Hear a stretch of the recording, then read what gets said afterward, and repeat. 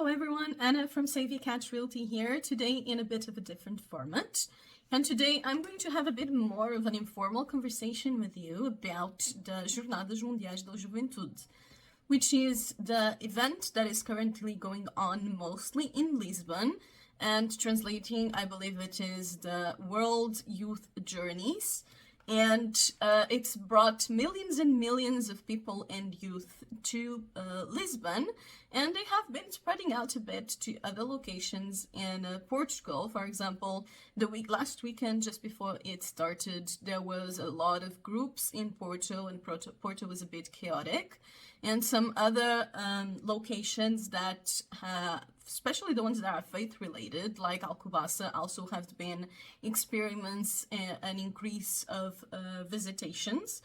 But of course, all of this is not roses and fields. So I would think the feedback that I've seen lately in the Portuguese groups that I see and that I'm part of, I guess, it hasn't been very positive. A lot of people are very unhappy about this event, about the amount of money that has been spent. There was a huge scandal around, for example, the price of the stage that the Pope is going to stand on. That was something like 5 million euros. So a lot of people are unhappy that their tax money is getting spent on that.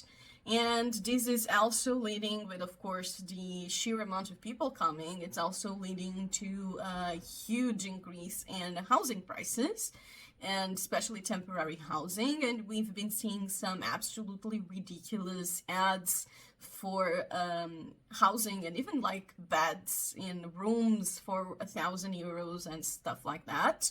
So a lot of people are very unhappy about it, and there have been both vocal and silent protests. There are few graffitis and so on. One that I found particularly fitting was one that has been making rounds on social media, saying that we've been praying for affordable housing in Lisbon way before the Pope arrived.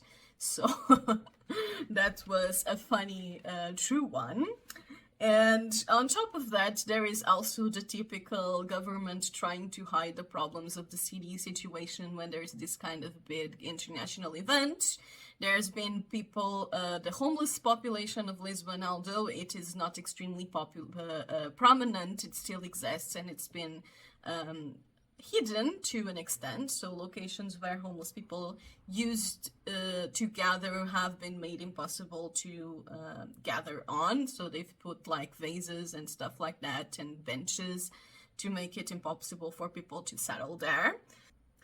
And of course, the sheer amount of people is something that the city is not particularly prepared for. There is a lot of jokes going around. For example, the metro stairs that are often not working. All of them are working now.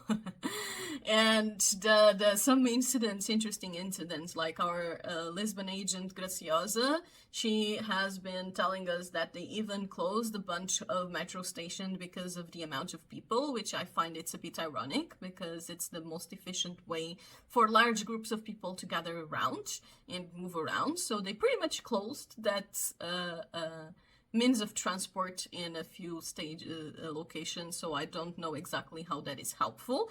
And for example, Graciosa had to wait 30 minutes to get an Uber to get back home because there weren't alternatives.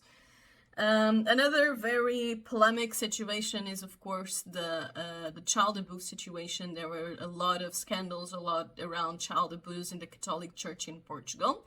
And this apparently has already been addressed by the Pope, and is one of the things that he is meeting about. But of course, the population is not happy, and is not a situation that gets solved just by talking about it. And some signs and billboards were put up to bring attention to this issue, saying the number of child abuses that have happened in Portugal by the Catholic Church, and they have been taken down. Another interesting polemic that took place during this whole situation has been the illegal entry of illegal migrants. So basically people that used the pilgrim visa to enter Portugal, then didn't check up with the parishes they were supposed to check up and pretty much went off map. So basically they used the pilgrim visa to enter the country and try and stay in the country illegally. So of course if they are caught they are deported, but it's been a fairly high amount of such incidences, which is a bit concerning, of course. So overall, Lisbon is extremely busy right now, and if you don't like big crowds, probably you should avoid Lisbon. And the crowds are spreading a bit throughout the country, and it's expectable, especially when at the end of it, that a lot of people participating in this event will be visiting other parts of Portugal too. So overall, August will be a very, very busy month in Portugal. So this was a bit of a different format video. I hope that you enjoyed it and you found it helpful. Please leave your comments. Expat Realty is a relocation and investment agency that helps expats settle in Portugal. We are all locals and always try to help relocate in a sustainable way for both sides, so Portuguese and the foreigners. And if you want to reach out to us, you can do so at www.cvcatrealty.com or at contact.cvcatrealty.com. I hope that you find this helpful, and we will see you again next week. Bye.